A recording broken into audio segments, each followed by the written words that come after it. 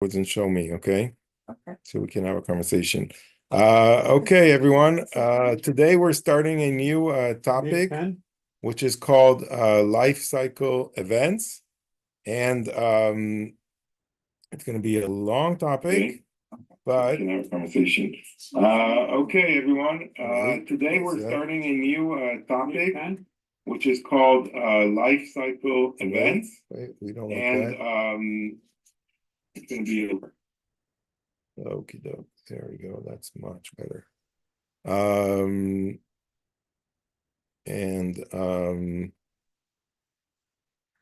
I want to share this so people on Zoom can also see what we're going to be talking about.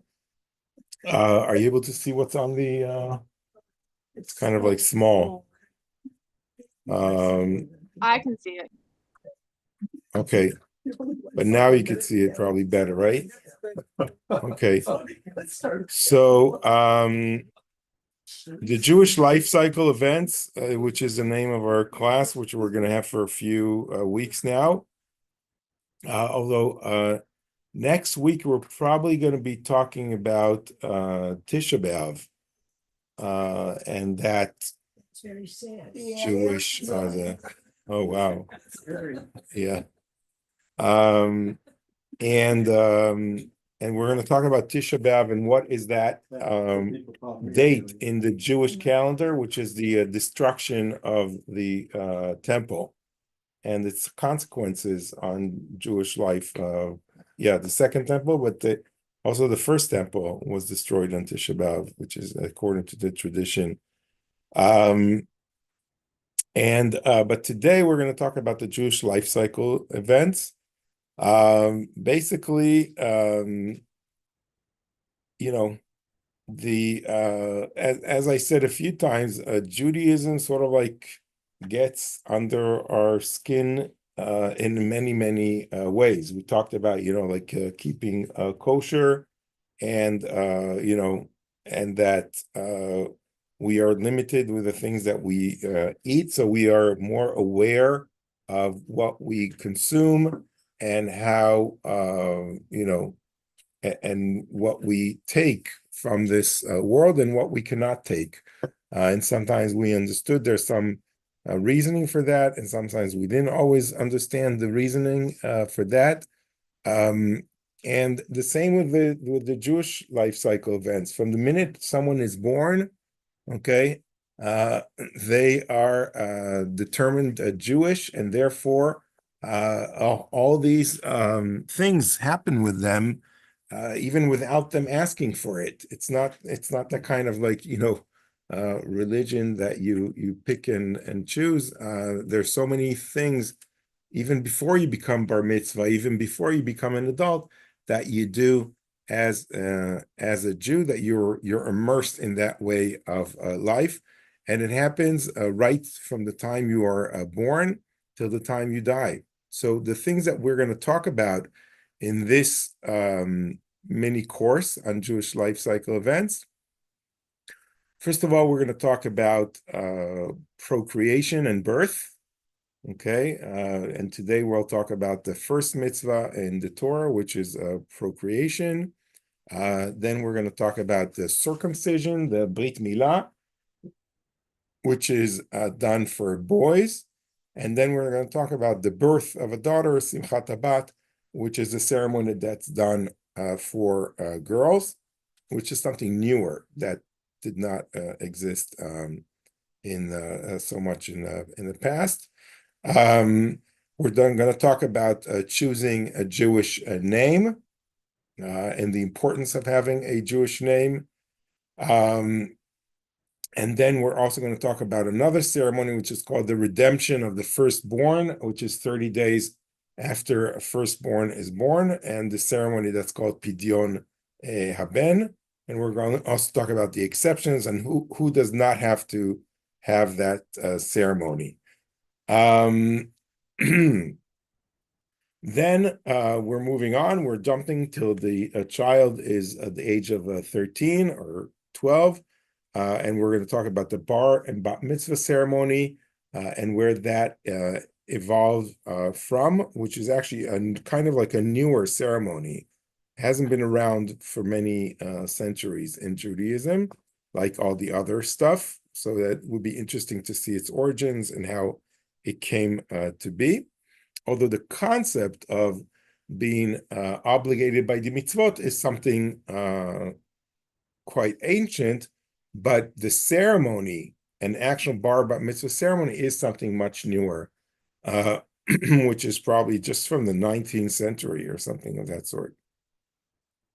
Then we're going to talk about conversion, which is, how do you convert into Judaism, which is part of, life cycle event, if that's what one chooses to do. And then we're going to talk for a while about getting married. It's not necessary. Okay. But I think we're all on the same boat. But if you didn't get married, okay, and you want to, create a family and procreate, you might want to learn about that. So we're going to talk about marriage as being a mitzvah, the importance of being married. Then we're going to talk about the conditions once when a couple meets, and sort of like the t'naim, if you've ever heard that, about what that ceremony that you sort of like decide what will be the terms of the marriage, which is something that we sort of like skip these days because the couple decides everything. But back in time, the parents, more like the fathers, would used to decide the conditions of the marriage. And today there's just a ceremony left from that. So we'll talk a little bit about that. The time and place for marriage, how does that determined? When can you get married, etc. Then we're going to talk about before the wedding, all the preparations before the wedding, and how that has to happen according to a Jewish law. So I'm not talking about picking out the dress or the suit or the flowers. Actually, Judaism doesn't have much to say about those things, but we'll talk about the things that are important.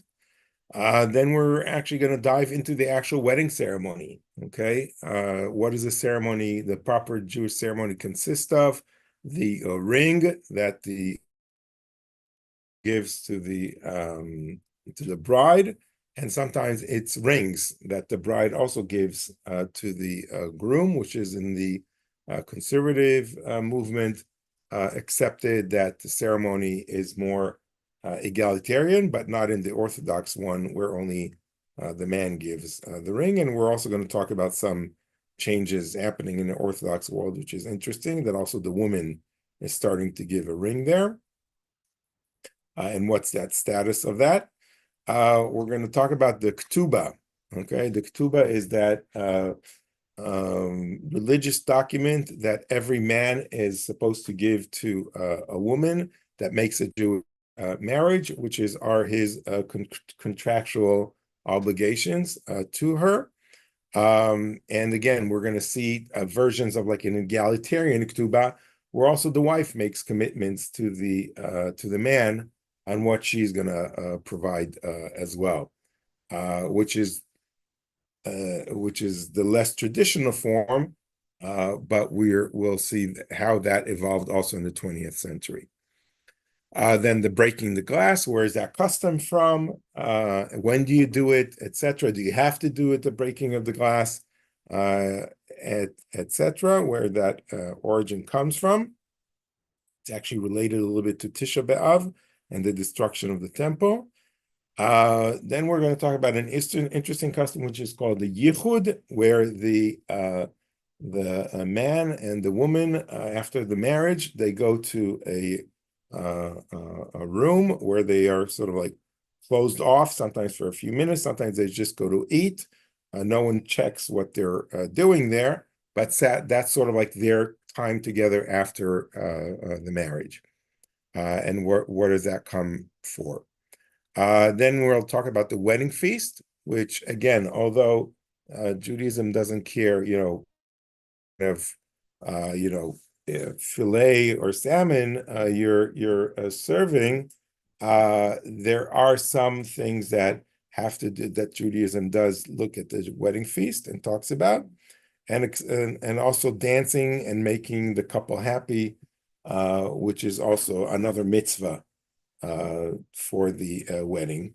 And also we'll talk a little bit about the laws of family purity, which have to do with the mikveh and going to the mikveh once a month, and so we will talk about that as well. Then we're going to deal with other things that are somewhat sadder, jumping from the wedding to visiting the sick, dealing with sickness, visiting the sick, all these things, and the Jewish laws around that. And then, unfortunately, we're also going to talk about death in Judaism and the different customs that have to do with that.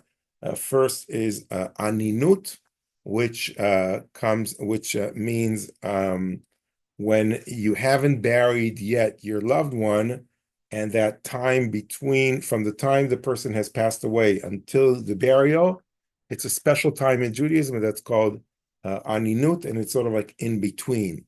And the person whose responsibility it is to bury their loved ones, which is the close family, what is exactly their status in Judaism in terms of observing mitzvot, etc. Then we're going to talk about the funeral, what makes a Jewish funeral a Jewish funeral. So we'll talk about the different elements there, including where could someone be buried, etc. Then we're going to talk about the Shiva period, okay, which is people sitting at home and mourning at home while the community is coming to comfort them and be with them at their time of sorrow. Then we're going to talk about comforting the bereaved and the whole concept of when do you do it and when do you not do it. We're also going to talk about this interesting phenomena in Judaism that a holiday sort of like abrupts the Shiva or the Shloshim. So we'll talk about that as well. And we'll talk about the Shloshim. Shloshim means 30. So that's the 30th day after the person is buried. And there's a custom to go again to the grave. And what do you do on that date? Mourning for parents, which is a special category in Judaism. We're going to talk about that, and saying Kaddish for them. Yortzeit, which is the annual day that the person passed away, and what are the customs that have to do with that. Unveilings, which is usually done the year after the person has passed away. In some traditions, it's done 30 days. There are different traditions to that. Here, I think the tradition is after a year, right?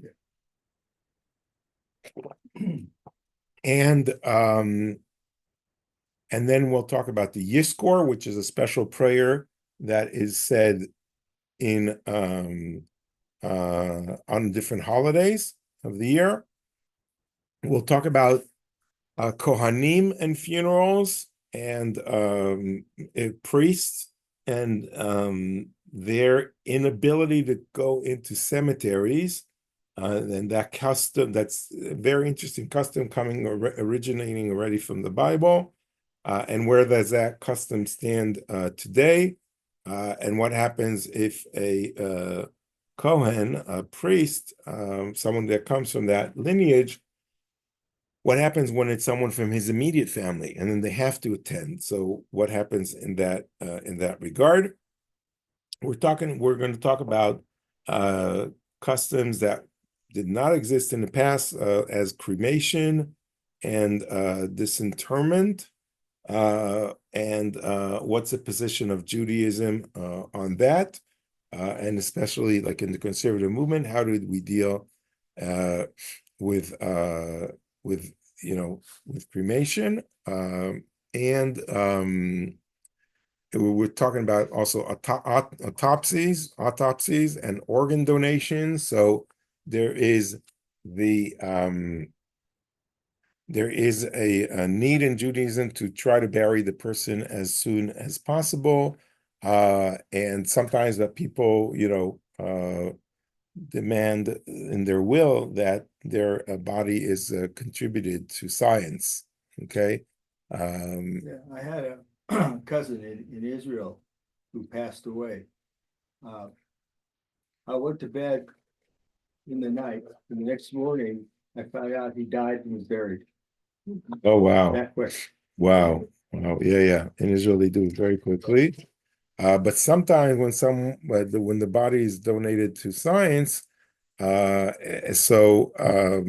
do you do with that? And also, if people take out organs, because you're supposed to bury all the organs, so does that contradict organ donations, etc.? And we'll talk about that. And we'll end also with suicide. What is the position of Judaism on suicide in general, but specifically a burial and suicide? Like where do you bury someone who commits suicide? So these are heavier topics to talk about. Okay. Questions? Okay. Not yet. Okay. Let's talk a little bit about procreation and birth. So the very first mitzvah that's recorded in the Bible, in chapter 1, actually, so it's really the first mitzvah, and then it's repeated a few times as well, is a commandment to procreate, okay, and multiply, okay.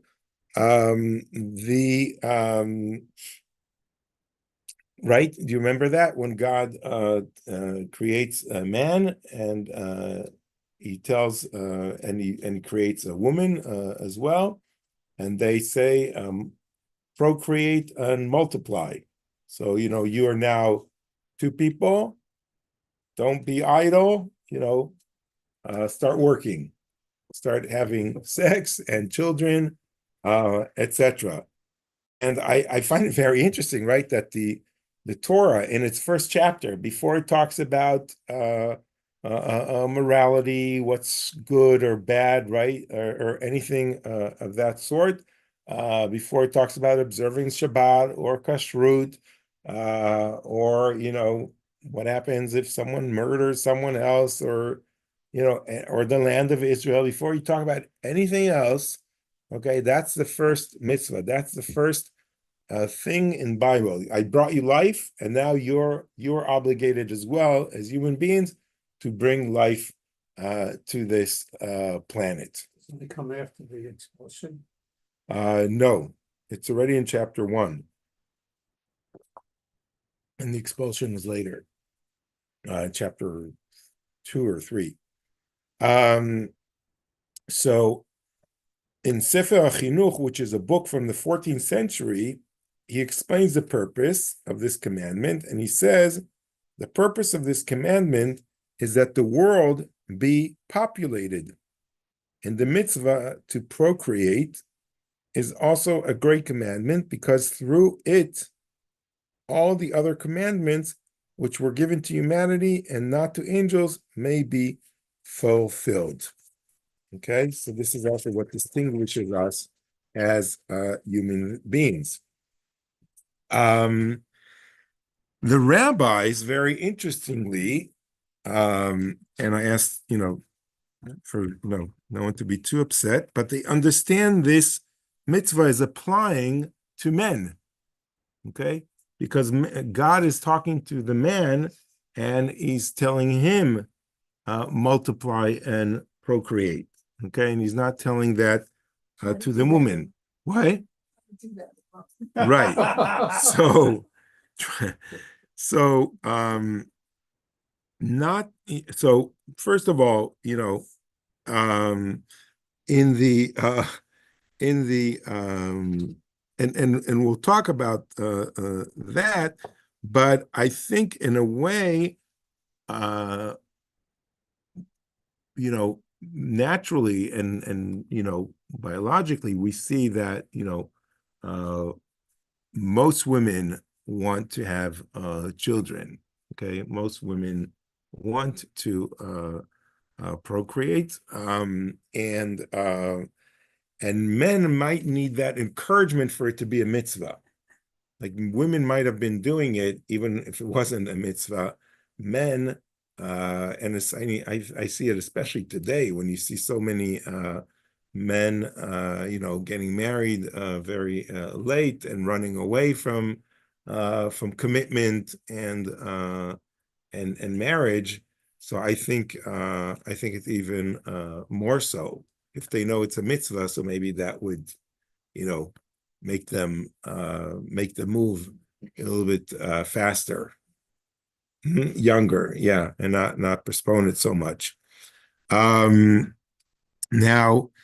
in light of the decimation of Jews in the dark days of the Holocaust, this mitzvah has taken added significance, right? And the reality is that Jews are an endangered species. Okay, there are only 15, 16 million Jews in the world of 7 or 8 billion people. So, Jews have that obligation. And I'm mentioning that because as the author of the article about the Jewish life cycle, Rabbi Karl Astor writes, so I'm quoting him, that this notion that is being discussed today, in social sciences, that there should be like an achievement of a kind of like a universal zero population growth in the world. Have you heard like these theories that people, should do that? So that is a very problematic notion for Jews, because if we hope to survive as a people, we need to multiply in that sense. Rabbi Elliot Dorff, which is one of the greatest scholars of the conservative movement, actually advocates for people to get married as young as it's, in their early 20s already, and have children. And he says it's a mitzvah to do that. And because of all of the complications that happened when you're already in your 30s, 40s, and having children. What? This treatise you're reading to me. This concept. Which concept? Go forth and have children now, early in your life. Oh no, Dorff is now. He's alive. I know he's alive. Yeah, and he's advocating for that because a friend of mine. yeah. He doesn't too. I know him too. Yeah. I met him last week, and he still holds with that position. And I have to say, I support that because Dorff, Elliot Dorff. It's an article called Mitzvah Children. And it's something that, that makes sense because, For us, Yeah, for our, yes, our generation. yes, doesn't make sense for Doesn't like make the sense. Chinese, Yeah, anybody like that, they decided that was not good for them. right. they needed to, yeah. Well, but for Well, that Jewish, really it fits is into the start of important. something. Yeah. And in Israel, people are getting married younger again. They're getting married in their, 20s, not in their 30s. It's a good job. Yeah. Good. Excuse me. As you said, there are 15 million Jews now. Yeah. The same number was before World War II. Yeah. It shows that Jewish population is not growing. Right. Assimilation and birth No, rate, etc. We've replaced the 6 million. But Yeah. if they had lived, we would have. more. Right. Absolutely. Yeah. If Many, they many had more. lived, we Oh, would yeah. probably have 23 to 27. Yeah. Everything would have been different. Yeah. So the importance of giving birth brings, however, some medical issues and sensitivities, and the question of how hard should one work on on being productive in that sense, fertility drugs, IV, etc. Everyone has to make their own decision on that. In vitro fertilization. Yeah, all of that. And also it brings up the question, is it possible to fulfill the obligation to be fruitful and multiply by adopting a child or children? Okay. And or does it have to be your own children? And I think in today's modern world, I think that should be added as an option, because there are a lot of children around the world that don't have families, so adopting them and bringing them into the Jewish faith is definitely an option of doing that as well. It's a beautiful way of fulfilling that mitzvah. There is even a discussion among the rabbis, if you are married and one of the spouses is not able to contribute to bringing the children, there is some rabbinic ruling that says that you need to divorce and marry someone that you could bring children. Yeah. So there are different views about that. There are some rabbis that say that you do not have to do that. And I think that specifically, if you bring in the option of adoption, a couple that loves each other and doesn't want to separate, I think it would be horrible to force them to separate. I always found it very interesting that Rabbi Shearson, Rabbi, didn't have. Schneerson. Right.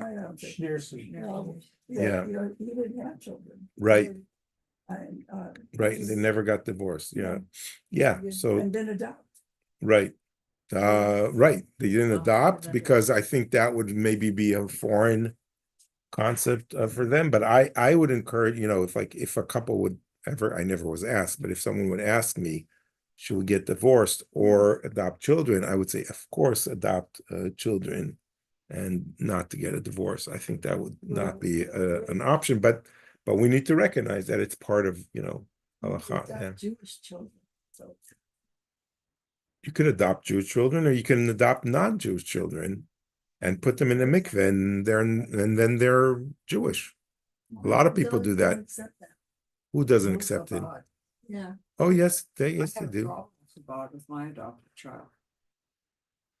If you're not born of Jewish. Which depends on if maybe they did a conservative. I wanted to send her to the Summer camp. preschool camp Yeah, no way. in Narbonne, Uh-huh. and No they way. were not happy that she was not a Jewish born child.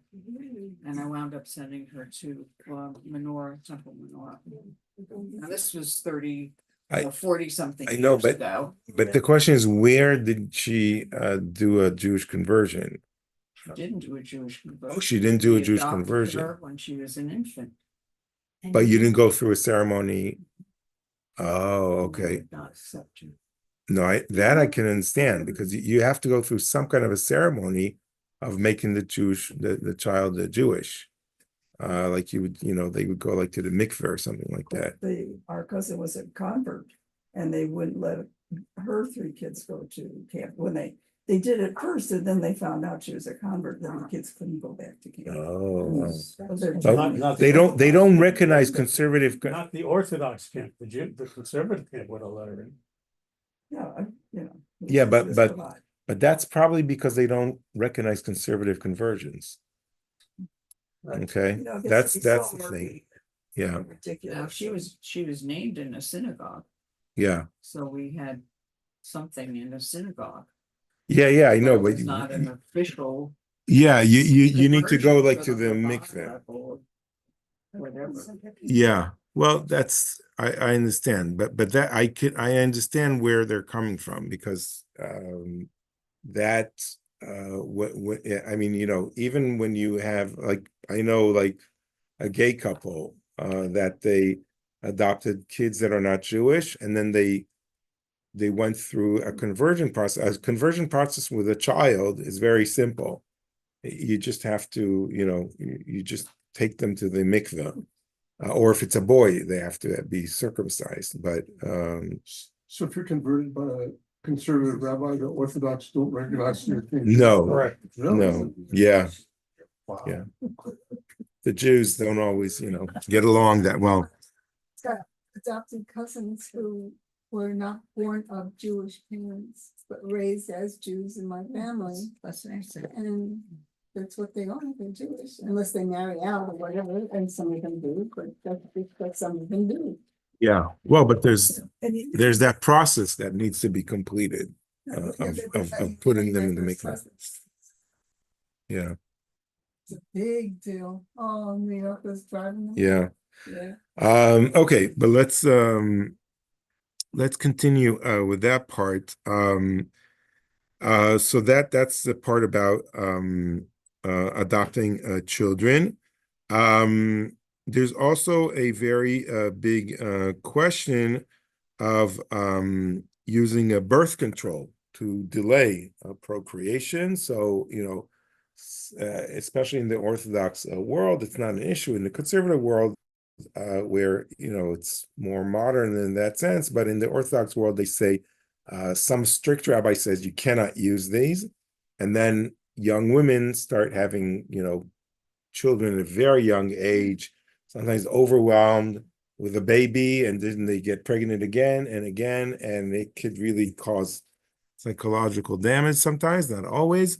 And therefore, there are more and more rabbis in the Orthodox world that's saying you could take pills, birth control pills, to delay getting pregnant, even advising the couple, take a year or two, get to know each other, get a life, as they say, and only then start having children. But even then, if you had one child, you don't have to right away get pregnant, and sort of like pace it in that regard.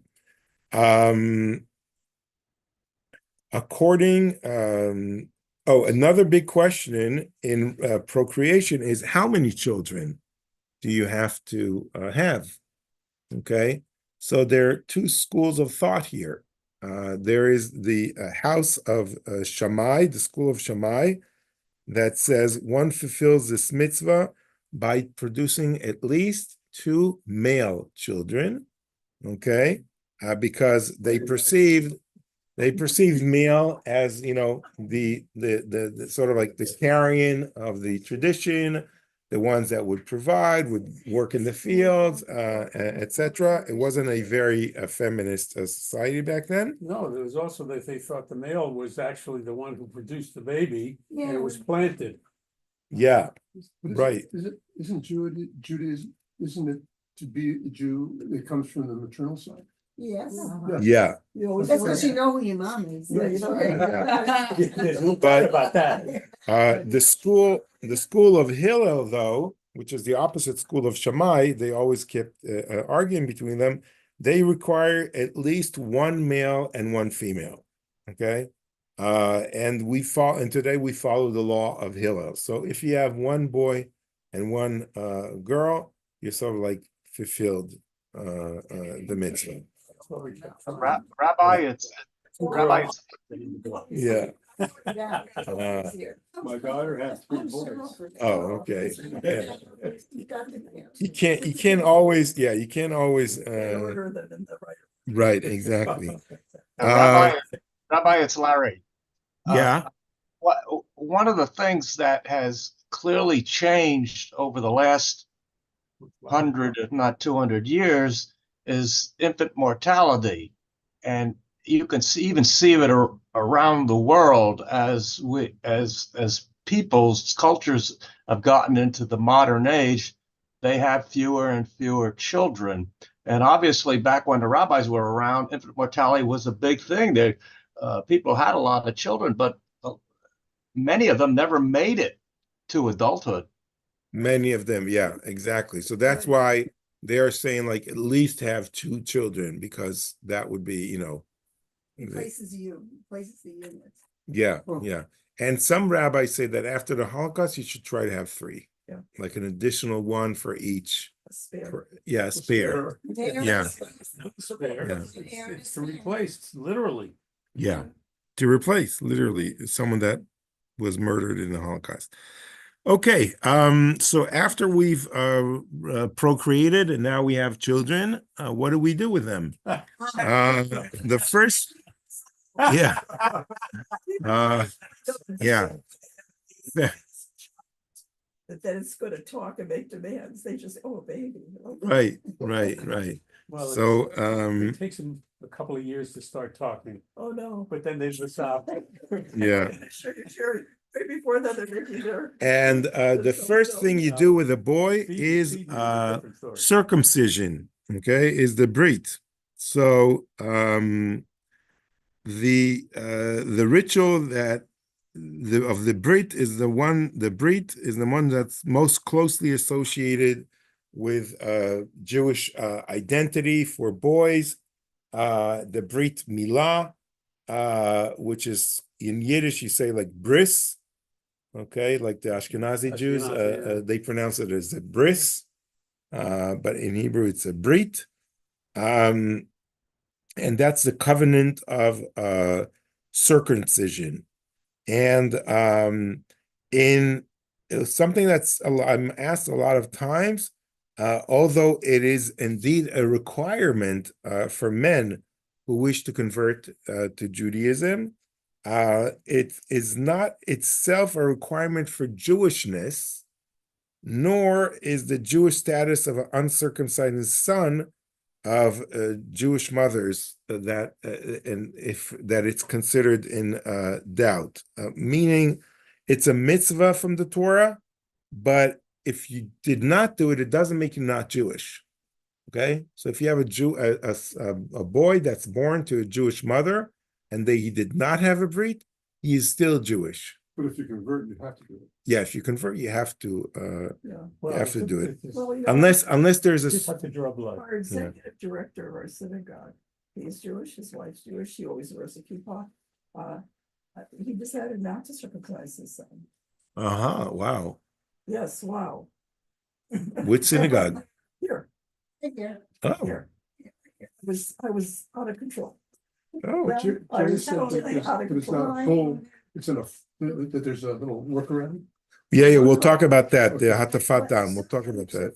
There's not He circumcision. was circumcised. Was he? Yeah. No, because Well, then they as far won't, as they I know. wanna look alike, so. to No, speak. and I say that to people, you know, whose husband's the father and son should Well, look we alike. also had a Okay. wonderful, doctor from our synagogue who was president at one point, who circumcised, I think one or two of my boys. I can't remember if he did, no, he just did one. He was not in practice for the other one. Uh-huh. And he also told us that he did a lot of circumcisions at the hospital, babies that were born right away, 2 days, 3 days, that they weren't Jewish, but he said he told us, he promised us, he said a prayer over every one of them. Oh, That's what he did, Yeah, you that know, was, so. he was Ah. very My nice. boys out there are circumcised, they don't know that they've been, Yes. the Yeah. prayer was. They very- Ah. interesting. Prayer was said. Okay. So that, I wanted to. but it's the prayer part. Oh, yeah. He's- It's very weird, man. You know, he's, what was it, he called the night, you know, he says, and all of a sudden this. Yeah. Because That after is the very- basis when I walked into the office, and I said, you know, when is the bris? And everybody went, there's no bris. Wow. Okay. Well, I- Hospital I was enraged. Is being circumcised. Now, Yeah. Yeah. So the problem with that is that there are two problems. First of all, it has to be done on the 8th day. Okay. And the second, it has to be done with a mohel, someone or a doctor mohel who knows to do the blessings. Okay. If it's not done with the blessings, it's not a bris. Okay. It's just a circumcision. So that's a problem. My son was born in September, and the 8th day was Rosh Hashanah. Mhm. And we had trouble Finding someone, finding somebody that was willing to do that. And very there's- hard, yeah. Yeah, that was a problem. Yeah, that is a problem. And it happens sometimes, but you have to do it on the, and we'll talk about that You have to do it on in the a 8th second. day. Yeah, we'll talk about that in a No, second. no. So the origin of the Brit Milah is in the biblical story of Abraham in Genesis 17.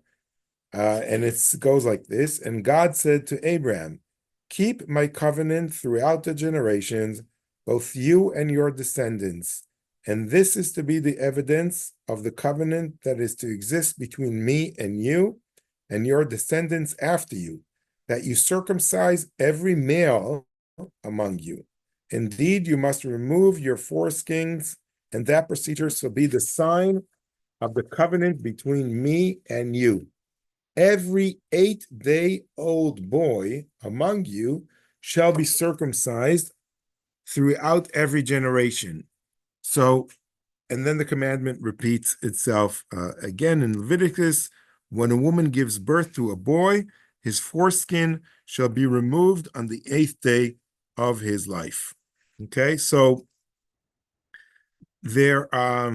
so the mitzvah is very clear. It has to be done on the 8th day, and it's every male, and it's removing that foreskin. All right, Rabbi, Are there? what do you do with the foreskin? Because we had an Very- Orthodox rabbi at our house for one of my grandchildren, and he did what he had to do and came out in the backyard. My trees are doing very well. Oh my God! They Wow. don't provide that much. I thought, why is he leaving? But this is not Yeah. good. And he did what he did, and he came back, and I said, "Are you okay?" He says, "Oh yeah, I just had to take care of something." And I said, Oh my! "What's going on here?" This is great. Oh my God! Yes. Right. That's so funny. That's so funny. Yeah. No. This reminds me of this joke. I shouldn't be telling jokes in my lesson, but we could make an exception of this hospital, okay, has been inspected by this guy. They sent him, and this guy is like really very, very problematic. He's like asking them all these questions, and he says he's like asking all the nurses, and everyone's like going crazy with him, like, when is this inspection going to be over? And he comes and he's like, okay, I have a few more questions and I'm done after a few days. And he was like, okay, what do you want to ask? So he says, well, I want to know, what do you do, okay, with all the paper, okay, the prescriptions that you give, and the copy. It was like, what do you do with that? So they say, well, we send it to recycling, and then we get new paper, so we save on the paper. So he says, okay, he puts a note, okay, so they recycle it, that's fine, okay. And then he says, I want to know, when you use the pencils, and it goes all the way to the end, what do you do with that part, okay? Says, well, we send that also, to recycling, and we also have, something for the sick children. We give it to, to the art teacher, and she does like art projects with them, so we recycle that. Says, oh, okay, so he puts down in that, and he goes on and asks all these stupid questions, and then he says, and I want to know, what do you do with all the foreskins of the babies? Okay, like, do you just throw them away? They say, no, what we do is we take all of them together, the ones that we accumulate through the entire year, okay, and we send it back to the government, and then once a year they send a schmuck, a dickhead like you. Yes. You heard that one? Yeah, that's a Jewish joke. Yeah, Yeah. English translation of that. the schmuck. Yeah, so someone, yeah. Oh, no, So it's a jewel. It's no. always- The schmuck is the foreskin. Literally, okay. Well, Yeah. No, but when you tell a person you're a schmuck, that means, yeah, you're like an Yes, that is asshole or fine. something like that. I don't want to be recorded. Yeah. But Yeah, we already are. yeah. Oh, okay. Yeah, too late. It's Okay. Yeah, so that's the Jewish joke. But thanks for reminding me that joke, Eileen. Without you, I wouldn't have remembered it. So you're responsible. Come on, my trees. Yeah, right, right. So now comes an interesting question. Is there any specific health benefits to circumcision? And medical opinions flip-flop throughout the years about the advantages and disadvantages. But the main thing is that this is a religious mitzvah. Okay. Whatever research concludes is that the purpose of the Brit Milah is to mark the eternal covenant between God and the Jewish people. So therefore, whatever your philosophy is about, if it's healthy or not, it's like this is what it is. However, no research until today concluded that there's anything unhealthy about the procedure. So no one. For health reason, it's hygiene. Well, but it doesn't have to be, right? It doesn't have to be, but it's an advantage. It's an advantage, okay, but there's no disadvantage to doing a circumcision. Can I tell you another Yeah. story? My husband in medical school had 3 close friends that they worked on cadaver, and one of them was having problems. He was from Japan, Japanese background, and at some point he was having a problem and needed to have a circumcision.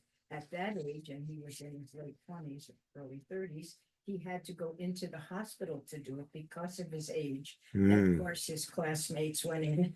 They presented him with gifts and stuff like that, but it became a real problem. I mean, Yeah. It's a problem. No, that's a Yeah. painful experience. Yeah, it was. He Yeah. stayed over. And in some cultures, like we were in Fiji, this woman, Anita, was telling us that they were circumcising, or she wanted her boy circumcised at age 8. And her husband. I was like, oh, Wow. oh, Wow. That's hard. That's hard. They Yeah, they missed the class. That's why you have to attend the class. Okay, now a big question is, why does the Torah, choose to represent the covenant between God and the Jewish people with a sign like that, especially a sign that is so rarely seen by anyone other than the circumcised individual? Okay, there have been different attempts throughout the generations to answer this question, but the one that's interestingly written here that I also liked is that the penis, which is the organ of generation, because that's what's able to generate life. So a sign of the covenant is carved into the flesh of men, and therefore all Jewish children that have Jewish fathers, both boys and girls, are conceived beneath that sign, thus bearing the spiritual imprint from the moment of conception for the rest of their lives. So that's an interesting concept in that regard. Just an interesting historical fact, during the early Hellenistic period in Israel, way back when, in the medieval period, when there was an intense interest by some Israelis to become more Hellenized, the more affluent ones, there were reverse circumcisions. Yes. They had That done it earlier than that. Yeah. Right. You're talking about the time of the Maccabees? Yes, exactly. Right. Yeah. A little bit Yeah, before. in the times of the Maccabees, that was a big thing because the Hellenists did not circumcise, and they saw that as It says, darn, I can't find the word. Disfigurement. Yeah. That's the correct word. Thank you. and that's also a big The body is the whole. Yeah. Right. The Greek influence. and then there's a debate between one of these Greeks or Romans and one of the rabbis that said, if God created the human being like this, why would you disfigure the body? Right? Why didn't he create it that way already? So the beautiful answer is like that this is sort of like creating the partnership between man and God, that man also has to do something in with their body to show their covenant. Okay, God is giving us life, etc., and we in return are doing something as symbolic. It's permanent. ticket. You can't win unless you buy in. Oh, okay. Well, I like that. Yeah. It's a Yeah. permanent change. You can't change that. Right. Nothing will change. It's Yeah. such a clever concept because it's a commitment that's, it's a very personal commitment, obviously, but it's so irreversible. And it's a continuing reminder. Yeah, it's a continuing reminder, and it's something like you can't take that away from a It's so person. interesting Well, that pretty clever. Jewish doctors, a couple of very outstanding Jewish doctors were the ones who started a few years ago, or many years ago. They're saying the circumcision wasn't good, not good. And there was a guy on the radio who did it, and Lewinsky, her father, he was also big for that. Oh, He interesting. was, a pediatrician. Oh, Then they discovered that a lot of cervical cancer is avoided if your milk has. Oh, no, That's a good point too. yeah. That's true. Oh, that's interesting. But the second question is, why the eighth day? Why is the eighth day so important? So first of all, it's the mitzvah of the Jewish father to circumcise their son on the eighth day, or to designate someone that would perform the circumcision. If a child is born to a Jewish mother and a non-Jewish father, then the obligation is traditionally put on the community. And once the boys comes to maturity, so they need to make sure they are circumcised if they did not do that. In today's world, in the conservative movements especially, the rabbis stress that the mitzvah belongs to both parents, okay, not just the father. And although circumcision is primarily a parent's responsibility, it is rare that the father or mother who's capable are willing to even circumcise their own son. Okay, so that's why we have this profession that's called a mohel, a professional person that does the circumcision. Okay, because again, the mitzvah is upon the parents. Traditionally, the father, he's supposed to do it himself. Okay, I have to tell you, I did not even think for a second that I wanted to do it myself.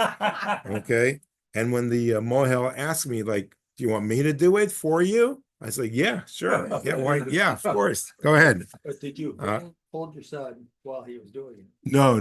There was like no, there was a sandak. There was yeah. We'll get to that in a second. Okay. I was the son that 4 times. Yeah. So most mohalim again, the professional person that does a circumcision are men, but female are definitely allowed to be to do that as well, and that's not just in the conservative world, also in the Orthodox world, but there are few of them. In many communities, as was said before, there are observant Jewish doctors that are trained to become mohalim, and sometimes if you don't have a trained mohel to do it, so you could do it with a physician, but a rabbi needs to attend there and say the blessings. You could definitely do it that way. So actually, the Rabbinical Assembly of the Conservative Movement and the Jewish Theological Seminary, where they train rabbis in New York, they have a program that's called Brit Kodesh, a holy covenant, which is a program that trains observant physicians to become mohalim. So you go there like over a summer or a few summers, and then you train how to be a mohel. So that's an interesting thing to do on the side. The Brit Milah, as I said, must be performed on the 8th day of the child's life, and it has to be done during daylight time. And even if it falls on a Shabbat or a holiday, or even if it's on Yom Kippur, it has to be done on the eighth day, and you plan the brit to be as early in the day as possible to demonstrate one's eagerness to perform the mitzvah. Don't have to, but that's like, it's better to do it in the morning. The only exception to this rule, okay, the only exception to this rule is a child that is medically unfit to be circumcised, okay, on the eighth day. And then the doctor is the one that determines, not the rabbi, not the mohel. It's only a doctor that determines if the child can be circumcised or not. And the doctor determines that there's no danger to the child, and then the brit could be done as soon as possible. But if it did not happen on the eighth day, it does not have to happen as soon as possible, in the sense that if it's like, has to be on the 10th day, and that would be a Yom Kippur or a Shabbat, then you don't have to do it then. Actually, you're not allowed to do it then. Only if it's on the eighth day are you allowed to do it then. Okay. And there's in the ancient times, when children did die at birth, so there's actually a story of a family that the first child died right after their birth, so they probably had some issue with hemophilia. Second child also had happened, and then the third child, the rabbi said already, you don't do a brit to them. Okay, so there's some exceptions. If there is like in a family, oh, thank you, Miriam, so much. Amazing. Thank you, Miriam. Please pass those along.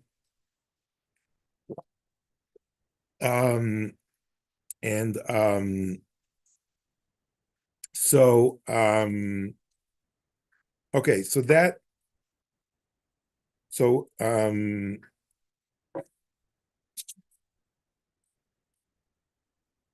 okay, so next week we will continue.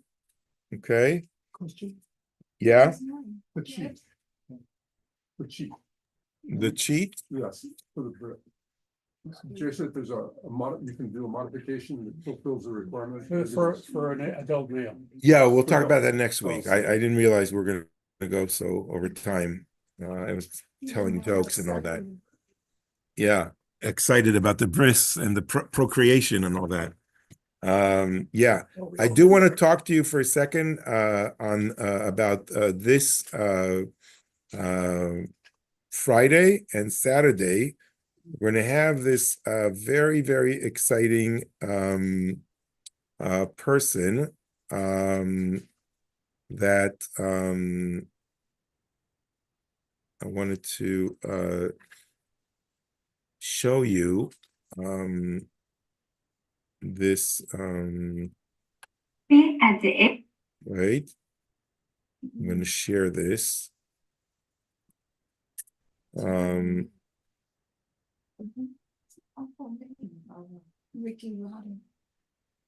Okay, so Ricky is a fascinating woman that has this fascinating story. She's a director and filmmaker in Israel and is here in Los Angeles for a few days.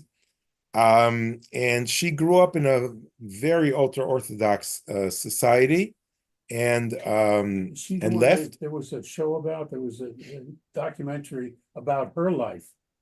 Maybe, I don't know. She won her short film, Kosher Test, which is about a girl that went through rape and then were brought by her father to the hospital to check if she's still a virgin. It's like terrible story. It's based on a true story. And it won awards, etc. And she's going to screen it here on Friday at 5:30.